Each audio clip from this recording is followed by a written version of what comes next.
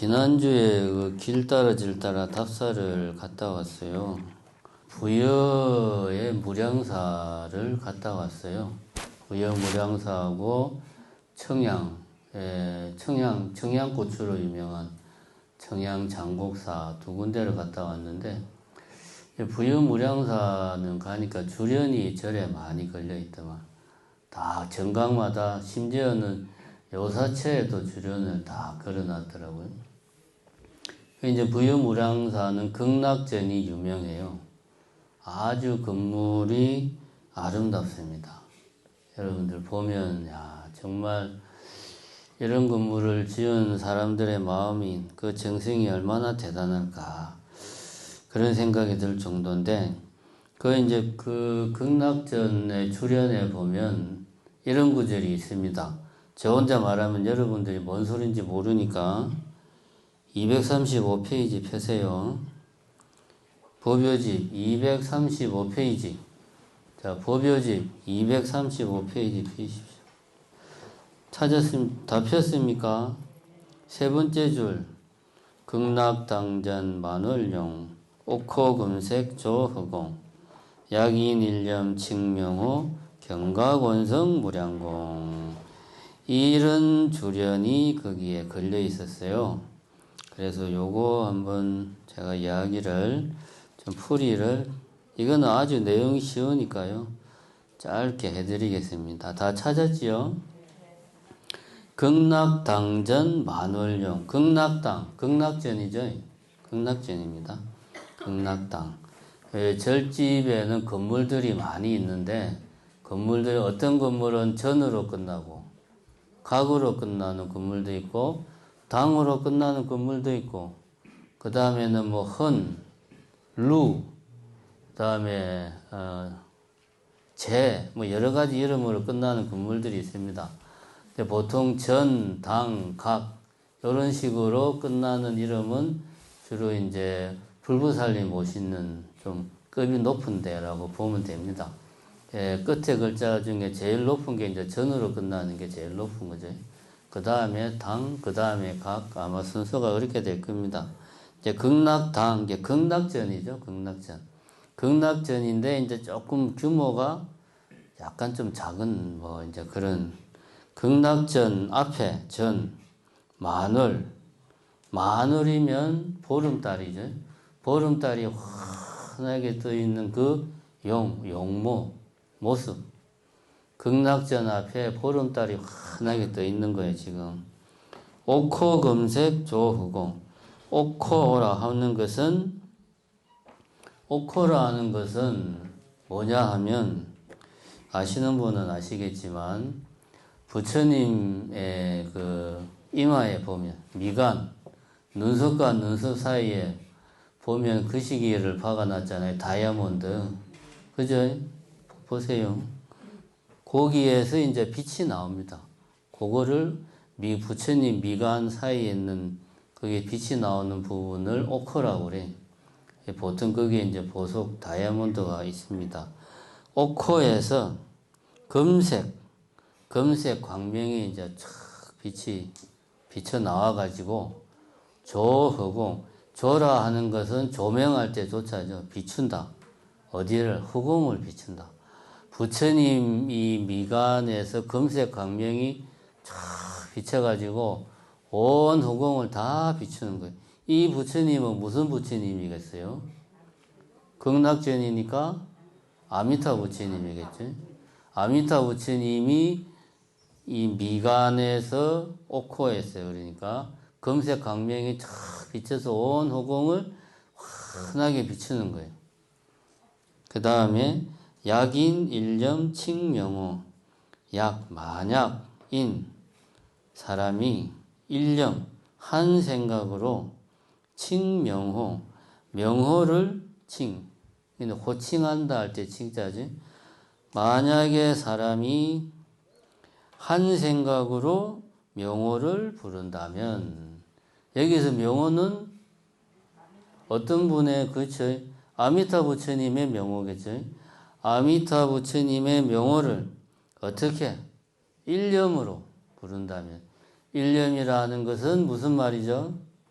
딴 생각하지 말고 잡생각하지 말고 염불하다가 가스불은 끄고 왔나 이런 생각하지 말고 염불하다가 옆에 보살은 왜 저렇게 소리를 지 맘대로 내나 이런 생각하지 말고 한 생각 어떤 생각?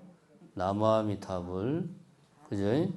여기서는 나무아미타불만 해야지 극락전이니까 한 생각으로 다른 생각하지 말고 나무아미타불만 한 생각으로 그 명호를 내가 부르면 어떻게 된다? 경각원성 무량공 경각 우리가 그런 말 하죠. 목숨이 경각에 달렸다. 목숨이 금방 눈 깜짝할 사이에 왔다 갔다 한다. 경각이라는 말은 짧은 순간을 말하는 거예요. 이게 이제 사실은 시간의 단위인데 저도 잘 모릅니다. 하여튼 짧은 순간 경각 짧은 순간에 눈 깜짝할 사이에 원성 이루는데 어떻게 이룬다? 원만하게 이룬다. 무엇을? 무량한 공덕을 이룬다. 그러니까 한 생각으로 아미타 부처님 명호를 한 생각으로 외우면 나무아미타불 연부를 한 생각으로 부지런히 하면 무량한 공덕을 이룰 것이다. 그런 말이죠. 예. 그러니까 우리가 관무량수경이라든가 이런 서방정토에 관한 경전, 아미타 부처님에 관한 경전을 보면 항상 나오는 이야기가 이거예요. 나무아미타불, 아미타 부처님 명호를 10번만 일첨으로 네가 외우면 서방정토에 태어나서 서방정토에서 반드시 깨달음을 얻을 것이다. 처음에는 10번이었는데 사람들이 나는 힘들어서 지금 내 목숨이 왔다 갔다 하는데 10번도 힘들어요. 그러니까 이제 원효대사 같은 분은 그랬지. 한 번이라도 그러면 네가 지성으로 나무아미타불을 하면 서방정토에 태어나서 반드시 깨달음을 얻을 것이다. 그렇게 이야기를 했습니다. 이게 서방정토 사상의 핵심이에요. 서방정토 사상, 나무아미타불, 아미타 부처님을 모시는 그의 가장 핵심이 나무아미타불 연부를 어떤 마음으로? 일념으로. 딴 생각 안 하고 나무아미타불만 부지런히 하면 서방정토에 태어나서 깨달음을 얻는다. 라고 하는 게 이 가장 중요한 서방정토 사상의 핵심이다. 그 말을 극락전의 주련에다가 이렇게 걸어놨습니다. 그래서 제가 무량사를 가서 이 절에는 주련이 참 많이 걸려 있구나. 그리고 주련마다 또 요즘 사람들은 한문을 모르니까 다 옆에 이제 해석을 다 해놓고 그랬더라고요. 기억나죠? 길절 갔다 오신 분들은 다 봤죠? 예. 그래서 제가 와서 그럼 우리 절에는 주련이 뭐가 있나? 우리 절에는 주련이 뭐가 있죠? 어디에 있습니까? 대웅전에 주련이 있나요? 있습니까? 대웅전에 없어요. 뭘 그렇게 아무리 생각해도 없는 건 없는 거지. 대웅전에 우리 주련이 없어요. 그 다음에 지장전에도 없습니다. 500전에 없어요. 비로전에 있어요. 예, 비로전에 있어요.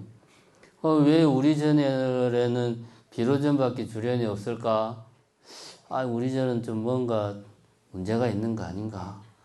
이런 생각을 할 수가 있는데, 이거 사실 주련은 불교의 순수한 절집에서 내려오는 문화는 아닙니다. 원래 주련이라는 게 육아 쪽에서 이제 하던 거예요. 집을 짓고 나서, 일반 집에서는 단청을 못 하잖아요. 화려한 탱화는 어디에만 해요? 궁궐하고 부처님 계신 곳만 할 수 있거든. 그러니까 우리는 굳이 주련을 좋은 말로 이렇게 안 해도 워낙 멋있게 단청을 해놨기 때문에 주련의 필요성이 별로 없었어요. 근데 이제 유교 같은 경우는 궁궐에만 이렇게 이런 멋진 단청을 하니까 일반 집은 앞만 봐도 좀 뭔가 부족한 거야. 밖에서 보기에. 부족하니까 기둥에다가 좋은 말을 써가지고 걸어 놓는 거지, 이제.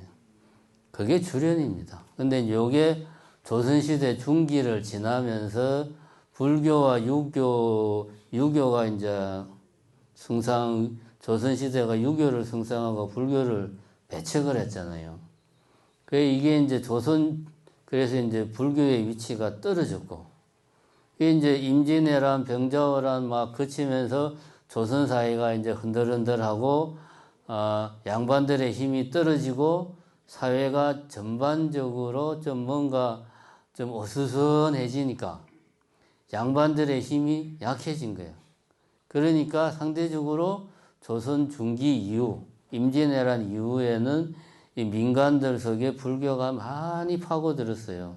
그러면서 불교의 힘이 좀 이렇게 뭐 사상적으로는 아니지만 민간 속에 많이 이제 파고 들어갔어요.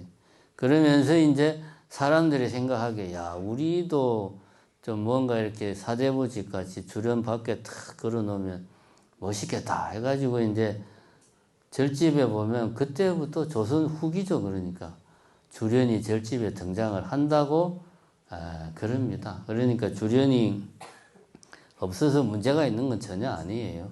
원래는 없어도 아무 문제가 없습니다. 물론 이제 있으면 지금처럼 이런 교육적인 효과가 있겠지만 없다고 해서 뭔가 문제가 있다 그런 건 아닙니다. 뭐 어쨌든 우리는 이제 비로전에 있는데 비로전에 있는 주련 내용이 뭘까요? 비로전에 걸려 있는 건 어디에 있냐면 그 다음 페이지 넘어가면 236페이지 다섯 번째 줄 찾았습니까요? 보화비진 요망년 법신청정 광무변 청강유수 청강월 만리문 만리천 여기에 우리 비로전에 걸려있는 주련입니다.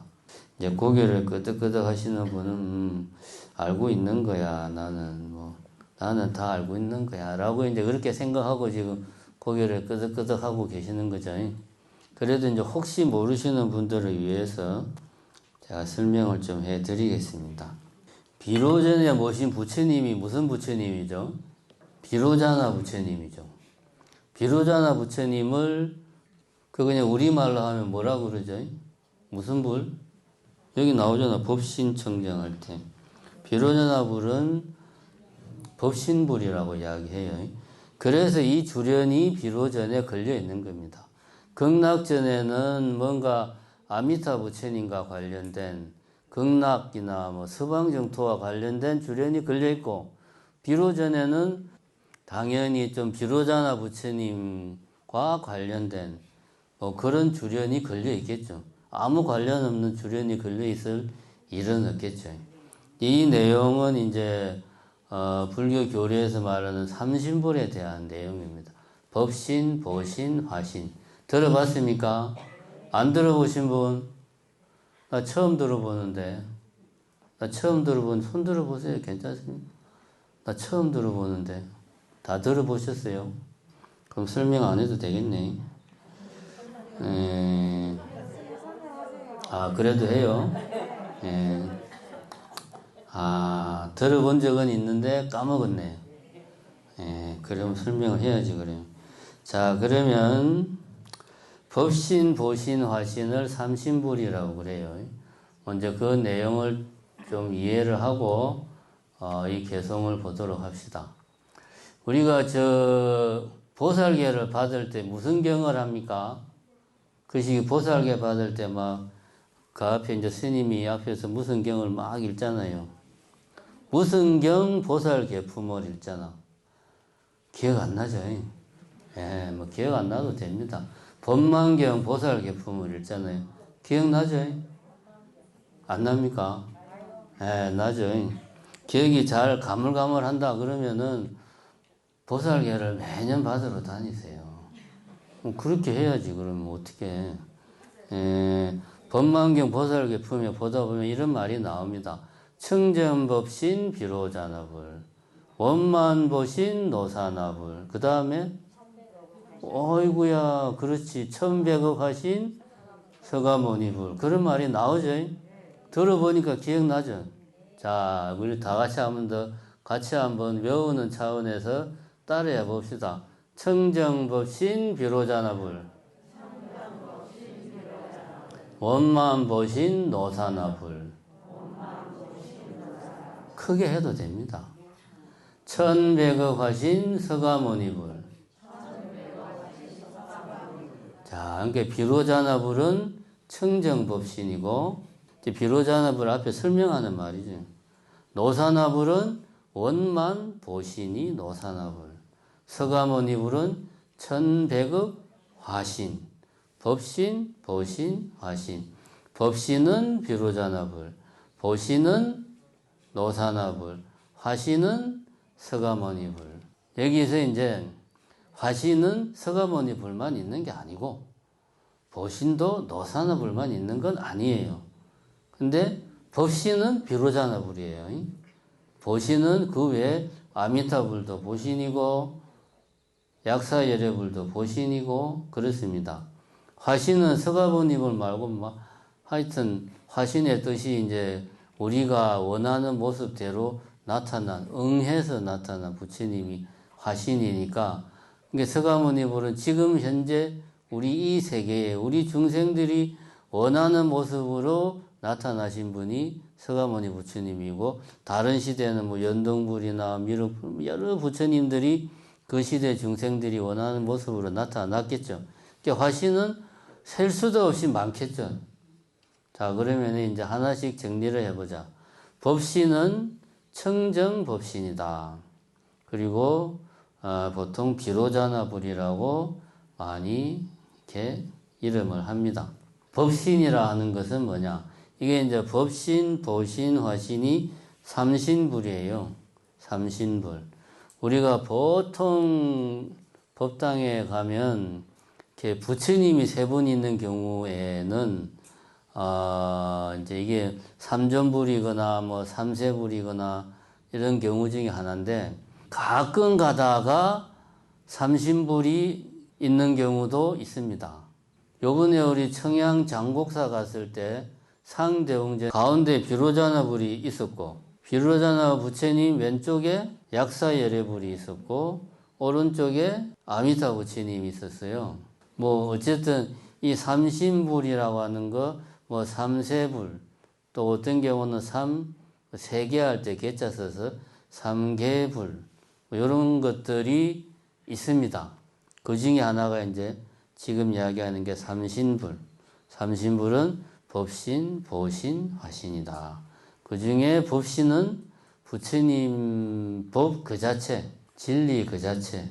그러니까 실제로 뭐 어떤 아미타 부처님 같이 뭐 서방 정토에 계신다거나 약사 열애불 같이 뭐 동쪽으로 뭐 얼마나 가면 뭐 어디 약사 유리강 뭐 어디 그런 데 계시거나 그러는 부처님이 아니고 비로자나 부처님은 그냥 부처님의 진리 그 자체예요. 형태가 있는 게 아니고 진리 그 자체. 그래서 청정법신이라고 이야기를 한다. 자, 우선은 법신은 부처님이 발견한 진리 그 자체를 법신이라고 그런다. 그래서 법신이라고 그래요. 우리 보통 비로자나불이라고 그러고. 그 다음에 보신은 원만 보신 노사나불 그랬잖아요. 보신은 아까 말했지만 아미타불도 보신이고 약사열애불도 보신이고 노사나불은 이제 대표적인 보신인데 이런 보신들은 앞에 원만 보신이라고 그랬죠. 원만하게 부족한 완전 무결한 부처님이 보신이다 라고 그래서 원만이라는 말이 붙어 있어요. 보신이 좀 어렵습니다. 보신은 좀 뒤에 하고 화신은 쉬워요. 천백억 화신 서가모니불. 화신이라는 것은 제가 아까 말했지 모습이 변화해가지고 나타난 거예요. 무엇이? 법신은 형태가 없어요. 법 그 자체이기 때문에. 그런데 우리 중생들이 간절히 원하는 거야. 부처님, 저를 뭐 병에서 낫게 해주세요. 부처님, 우리 아들 시험 치는데 붙게 해주세요. 자꾸 부처님을 찾으니까 법신은 눈으로 볼 수도 없고 손으로 만질 수도 없고 소리로 들을 수도 없는 게 법신인데 자꾸 이 무지몽매한 중생들이 부처님을 찾으니까 어떻게 하겠어요? 그 중생들이 보기에 좋은 모습으로 변화해가지고 나타난 부처님이 화신. 대표적인 게 서가모니 부처님. 그래서 1100억 화신이다. 왜 1100억 화신이냐? 법신은 아까 제가 계속 강조하지만 진리 그 자체라고 그랬어요. 우리의 굳이 말하면 상상 속에 있습니다. 비로자나 부처님의 땅구멍 하나하나에서 화신이 나온다. 그럼 사람 몸에 땅구멍이 몇 개나 있겠어요? 어마어마하게 많겠죠. 그래서 1100억이나 되는 화신이 나타날 수 있는 거예요. 우리 비로자나 부처님 땅구멍 모공 하나하나마다 부처님 화신이 나오기 때문에 그 화신은 그 부처님을 찾는 원하는 중생들이 바라는 모습으로 나타나는 거예요. 그래서 화신은 중생들이 원하는 모습으로 변화해서 변화한다 할 때 변화해서 나타난 모습이다. 원래는 불교에서 이 두 법신과 굳이 말하면 화신 두 가지만 있었어요. 원래는. 근데 보통 두 가지는 뭐가 안 맞잖아. 하나만 있거나 세 개가 있거나 다섯 개가 있거나 이렇게 돼야 되는데 두 개가 있으니까 잘 안 맞아. 초기 불교에서는 색신과 법신만 있었어요. 색신이 뭡니까? 육신이 있는 부처님. 누굽니까? 서가모니 부처님. 역사적으로 실전했던 이 육신을 가지고 40년 넘게 법을 설했던 우리가 알고 있는 고타마 시타르타 수행자. 그분이 우리는 이제 부처님이라고 부르면서 그분은 육신을 가진 몸이죠. 그래서 초기 불교에서는 색신과 법신만 있었어요. 그래서 초기 불교 아엄경에서 부처님이 이런 말을 했습니다. 부처님이 어떤 자기 자신을 말할 때는 열애라는 표현을 많이 썼죠. 열애는 무량하다. 왜냐하면 색신은 죽을지라도 법신은 영원하기 때문이다. 이런 말을 했어요. 여기 실제로 그런 말을 하셨는지 아니면 후대에 누가 끼워 넣었는지는 사실 모릅니다. 그런데 초기 불교에서는 이렇게 법신과 색신, 실제 육신을 가진 부처님과 어떤 부처님이 깨달은 법, 그 법을 상징하는 법신, 이 두 가지만 있었는데 이 육신을 가진 이 부처님이 어떻게 법신으로까지 갈 수가 있나? 이게 이제 중간에 뭔가 매개체가 필요한 거예요. 그래서 대乘불교로 넘어오면서 삼신불 개념이 등장을 합니다. 처음에는 이신불이었죠. 근데 이제 대乘불교, 초기 대乘불교 이렇게 넘어오면서 삼신불이 돼요. 근데 여기서 이제 보신불이 등장을 하는 거죠. 보신불이라는 것은 제가 아까 말했죠. 원만, 보신, 노사나불. 원만하게 구족했고 완전 무결한 부처님이다. 이게 무슨 말이냐면 법신은 진리 그 자체이기 때문에 우리가 눈으로 볼 수도 없고 귀로 들을 수도 없고 손으로 만질 수도 없어요. 그러니까 답답한 거야. 그래서 상상을 하기를 색신 말고 우리가 내가 상상할 수 있는 가장 완전한 형태의 부처님의 모습을 상상을 한 거예요. 가장 완전한. 그럼 이런 상상은 뭡니까? 내 경험을 바탕을 해서 상상을 하는 거죠. 얼굴은 내가 본 사람 중에서 제일 잘생긴 얼굴. 뭐 예를 들면 그죠? 이런 식으로 헤어스타일도 내가 본 사람들 중에서 제일 멋있는 헤어스타일. 이렇게 해서 가장 이상적인 현실에서 우리가 생각해낼 수 있는 가장 이상적인 형태의 부처님을 상상을 한 거예요. 이게 보신입니다. 그래서 원만 구족, 보신, 노사나불. 원만하게 다 모든 걸 구족한 거야. 이걸 요즘 말로 하면 완전 무결하다. 그런 뜻이죠. 그러니까 가장 이상적인 형태의 부처님은 보신불이다. 이 부처님을 중간에 상정하니까 우리가 현실에서 실제 육신을 가진, 색신을 가진 화신, 부처님의 모습에서 보신을 상상을 하고, 이 보신이 나중에는 이제 법신으로까지 우리의 이제 머릿속에서 발전을 하게 되는 거죠. 이렇게 해서 이신불이 삼신불로 발전을 합니다. 그래서 법신, 보신, 화신 세 가지의 삼신불의 어떤 구조가 완성이 돼요. 이렇게 만들어졌는데, 그럼 이러한 보신은 그냥 상상 속에만 있으면 안 되잖아요. 우리 신앙의 대상이 돼야 되잖아요. 그죠? 그래서 아무나 보신불이 되면 안 되잖아요. 그냥 내가 상상하기에 가장 멋진 모습, 그러면 서로 생각하는 게 다를 수 있으니까. 그래서 보신이 되려면, 그래서 보신을 다른 이름으로 공덕불이라고 그래요. 공덕불. 보신이 되려면 공덕을 어마어마하게 쌓아야 돼요. 그래야지 우리가 상상할 수 있는 완전 무결한 형태의 부처님이 되는 거예요. 공덕을 쌓으려면은, 어마어마한 공덕을 쌓으려면은 먼저 뭘 해야 되겠습니까? 공덕을 쌓으려면, 내가 행을 하려면 먼저 원을 세워야 되겠죠. 그러니까 그냥 원이 아니고 대원, 커다란 원을 세워야 되겠죠. 그래야지 그 원에 상응하는 내가 행을, 공덕을, 어마어마한 공덕을 쌓을 거 아닙니까? 그죠? 그 공덕의 과보로 보신이 되는 거예요. 그럼 아미타 부처님은 대원을 몇 가지를 세웠어요? 그렇지. 48은 이쪽에는 우등생들만 있네. 이쪽에는 보니까 48 대원을 아미타 부처님이 세웠어요. 48가지나 되는 큰 대원을 세웠으니까 그 어마어마한 소원을 다 이루어내려면 그에 걸맞는 어마어마한 행을 해야 되는 거죠. 이 행을 함에 있어서는 개인의 깨달음뿐만이 아니고 중생 구제도 포함되어 있겠죠.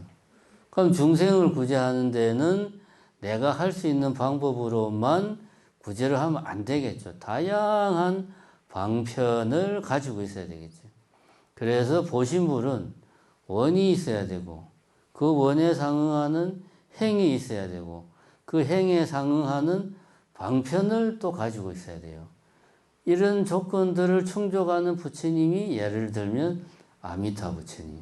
48 대원을 세워서 이 대원을 다 이루어서 그 공덕으로 내가 부처가 되면 서방 정토를 만들어 가지고 거기 오는 모든 중생들은 내가 다 깨달을 수 있도록 하겠다. 이게 이제 아미타 부처님이 생각해서 만들어낸 서방 정토잖아요. 약사예례불도 마찬가지예요. 약사예례불은 몇 가지 대원을 세웠죠? 12대원. 우등생들은 여기만 있네요. 여기도 좀 분발하십시오. 약사예례불은 12대원을 세웠죠. 그래서 그 큰 원을 세웠으니까 그 원을 이루기 위해서는 어마어마한 공덕을 쌓아야 돼요. 그죠? 열심히 하면 됩니다. 오늘 그냥 우연히 자리를 잘못 앉아가지고 이렇게 된 거지. 어마어마한 공덕을 쌓으면 약사예례불도 그렇게 해서 동방, 약사유리강, 무슨 토 해가지고 동쪽에 또 약사예례불이 만든 이렇게 자신의 그 과보로 만든 세계가 있잖아요. 그래서 우리가 삼계불이라고 그러는데 보통 삼계불이라는 말은 잘 안 쓰고 세계할 때겠죠. 그래서 보통 삼세불이라고 그래요. 가운데 비로자나불이 있고, 왜? 법신이니까. 그 다음에 비로자나 부처님의 왼쪽에 동방을 다스리는 약사예례불이 있고, 가운데 있는 비로자나불의 오른쪽에 서방을 다스리는 아미타 부처님이 있는, 요게 삼세불. 삼세불은 과거불, 현재불, 미래불 이렇게 있는 경우도 법당에 가면 요것도 삼세불이고, 지금 말했듯이 가운데 법신 비로자나불, 부처님 비로자나불 왼쪽에 약사예례불, 오른쪽에 아미타불, 이렇게 세 분의 부처님이 모셔진 것도 삼세불이라고 그래요. 이름이 똑같아서 헷갈리는데 둘 다 삼세불이라고 그럽니다. 그러니까 그런 경우가 우리 요번에 길 따라 절 따라 장곡사 갔을 때 상대웅전에 그렇게 배치가 되어 있었죠. 자, 어쨌든 보시는, 자, 정리를 해봅시다. 공덕불이다. 공덕불이기 때문에 그 공덕에 상응하는 큰 대원을 세워야 되고, 그 대원을 이루기 위해서 어마어마한 행을 해야 되고, 그 행을 통해서 중생들을 다 구제하려면 그에 걸맞는 방편을 또 갖춰야 되는 그러한 부처님이, 그래서 그러한 공덕으로 그 과보로 부처가 되는 그런 분들이 보신불이다. 그래서 그 보신불은 원만하다, 원만 구족했다, 요즘 말로 완전 무결하다. 우리가 상상하기에 가장 이상적인 형태의 부처님이다. 그런 부처님은 아미타 부처님, 약사열애 부처님, 노사나 부처님이 그런 부처님이다. 그럼 이런 부처님이 보신불인데, 제가 아까 말했죠. 보신불의 시작이 색신, 그러니까 화신과 법신 사이에서 매개하는 역할을 하기 위해서 만들어진 거다. 이 보신불은 아까 말했지 가장 이상적인 형태예요. 그래서 우리 현실에서는 찾기가 힘들어. 이 말은 수행의 측면에서 말하면 우리 중생들은 보신불을 칭견할 수가 없어요. 그럼 누구만 칭견할 수 있냐? 보살들만 칭견할. 여러분들 말고 이제 그 관세음 보살님 같은 이런 보살님들만 칭견할 수 있어요. 그러니까 깨달음이 어느 정도 경지에 이른 그런 수행자들만 보신불을 칭견할 수 있다. 그래서 화엄경에 보면 화엄경의 그 장엄 세계를 우리 중생들은 못 봐요. 근데 보살들의 눈에는 그게 보이는 거야. 이게 이제 보신불의 개념입니다. 그런데 그럼 우리는 영영 못 보냐? 아니죠. 우리 중생들이 열심히 수행을 해서 삼매에 들면 그 삼매에 들어서는 법신, 보신, 화신의 그런 구별이 다 사라지고 하나가 되는 거예요. 삼매에 들었을 때. 그렇게 하면 우리 중생도 보신불을 칭견할 수가 있죠. 라고 경전에 나와 있습니다. 요거는 이제 제가 직접 보고 하는 이야기는 아니고 경전에 그렇게 나와 있다는 거예요. 그래서 정리하자면 우리가 법신과 화신에 대해서는 한번 이야기를 들으면 금방 이해를 하는데 보신에 대해서는 감이 잘 안 와요. 그래서 오늘 한 이야기 잘 새겨 들으시고 보신이라는 것은 공덕불이다. 공덕불이 되려면 원을 세워야 되고 그 원에 맞는 행을 해야 되고 그 다음에 방편을 지내야 되고 그렇게 해서 그러한 과보로서 가장 이상적이고 완전 무결한 형태의 부처님이 보신불이다. 가장 대표적으로는 노사나불이 있고 48대원 아미타 부처님, 12대원 약사이레불 같은 분들이 보신불이다. 이렇게 이제 아시고, 자, 그럼 요 이제 개성을 봅시다. 개성은 뭐 금방 끝납니다. 보화 비진 요망년. 보화가 뭘까요? 이제 이야기 삼신불 이야기를 들었으니까 이 보화는 다른 게 아니고 보신의 보, 화신의 화. 보신과 화신은 비진, 진짜가 아니야. 진리가 아니야. 요망연, 허망한 연, 인연임을 알아라. 보신과 화신은 진실되지 않아서 허망한 인연임을 깨달아라. 인연이라는 말은 다른 게 아닙니다. 우리가 옷깃만 스쳐도 인연이다 이런 말을 하잖아요. 그럼 내가 뭔가를 보는 것, 듣는 것이 이런 것들이 다 인연입니다. 그러니까 내가 눈으로 보고 귀로 듣고 보신불과 법신불을 내가 눈으로 보고 귀로 듣고 하는 이런 것들이 이제 인연을 맺는 거죠. 그런데 법신과 보신불은 진짜가 아니기 때문에 네가 설령 법신불을 봤다고 그러고 말 잘못했네. 보신불을 봤다고 그러고 화신불을 봤다 그래도 그거는 허망한 인연이다. 진짜가 아니다. 그 다음에 나오죠. 진짜는 뭐다? 법신불이다. 법신, 청정, 광무변. 법신불은 청정해가지고 어떠하다? 광, 더없이 넓다. 무변, 끝없이. 변은 변두리의 변자죠. 가장자리가 없다는 말은 뭡니까? 우리나라 말로 하면 한없이 넓다. 어마어마하게 우리가 상상할 수 없을, 한정을 지을 수 없을 정도로 넓다. 공간적으로 봤을 때 우리가 어떤 이렇게 딱 한정을 지을 수 없을 만큼 어마어마하게 넓은 게 무변이죠. 무변하게 광 넓다. 시간적으로 말하면 뭐라고 표현할 수 있습니까? 시간적으로는 우리가 무시무종 이런 말 쓰죠. 시작도 없고 끝도 없이. 시간은 넓다고 말 안 하죠. 뭐라고 그럽니까? 영원하다. 시작도 없고 끝도 없이 영원하다. 법신은 청정하기 때문에 이것이 법신이야. 우리가 그전에 봤던 그게 법신이야. 이렇게 말할 수 없다는 거지. 우리가 생각할 수 있는 모든 것 다 광무변이니까 다 법신이다. 청강유수 청강월. 청계 강에 유수 물이 있어서 강이 있는데 강이 1000개나 있어요. 그 강에 물이 흘러가.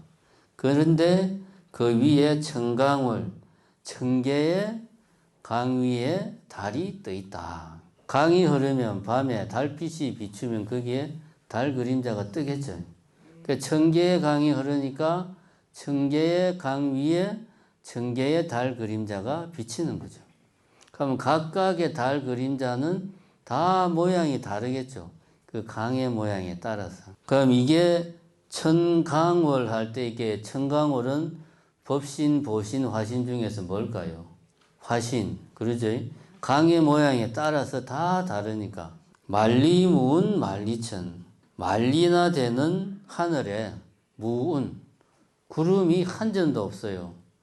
탁 트인 하늘에 구름이 한 점도 없어. 그 하늘이 다, 그 만리가 다 그냥 하늘이야.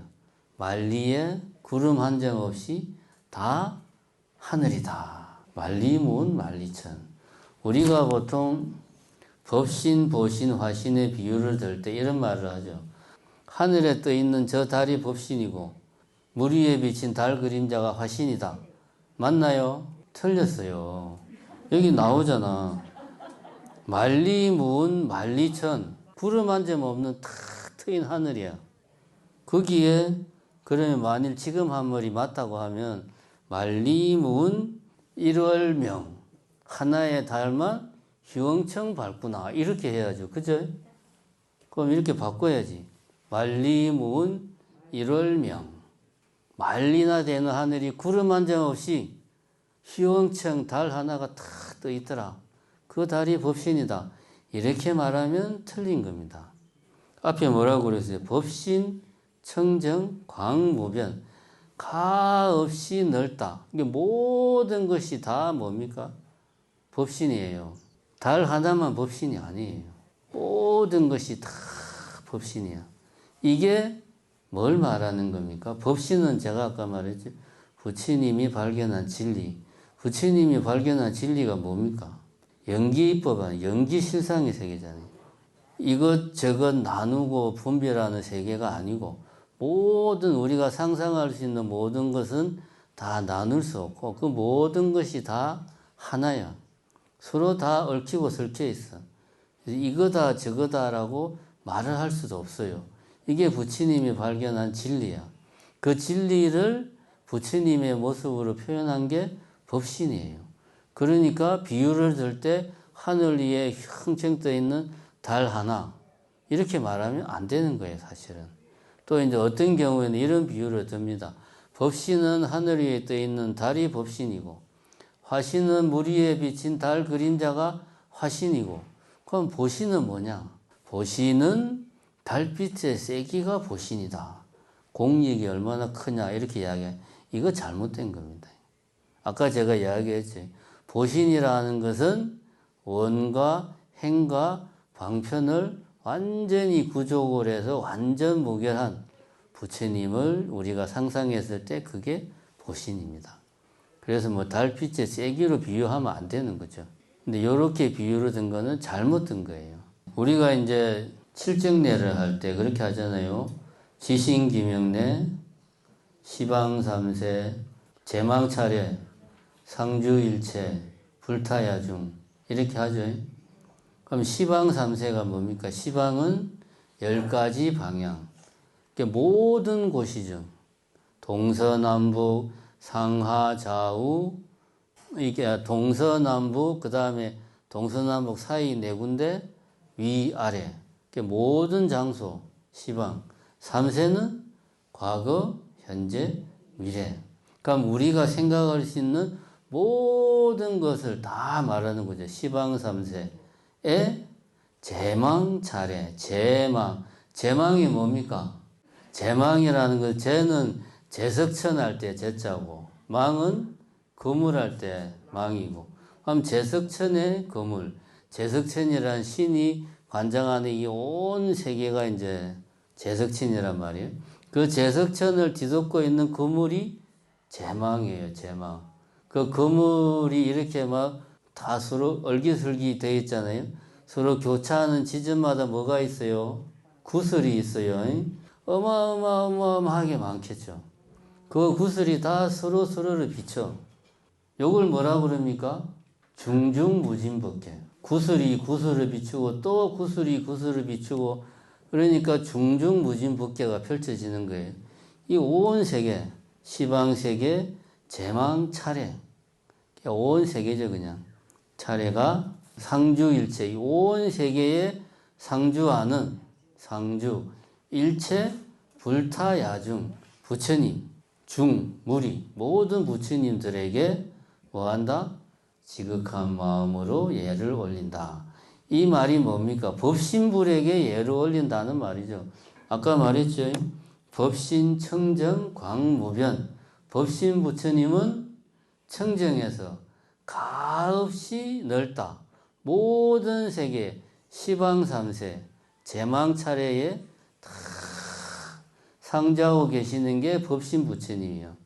우리가 칠정례 할 때 지신기명례, 시방삼세, 제망차례, 상주일체, 불타야중 할 때 우리는 바로 이 법신불, 부처님이 발견한 진리의 예를 표하는 겁니다. 네, 그렇게 이해를 하시면 되겠습니다. 네, 오늘은 우리 이제 비로전에 있는 주령을 가지고 삼신불에 대해서 이야기를 했습니다. 감사합니다.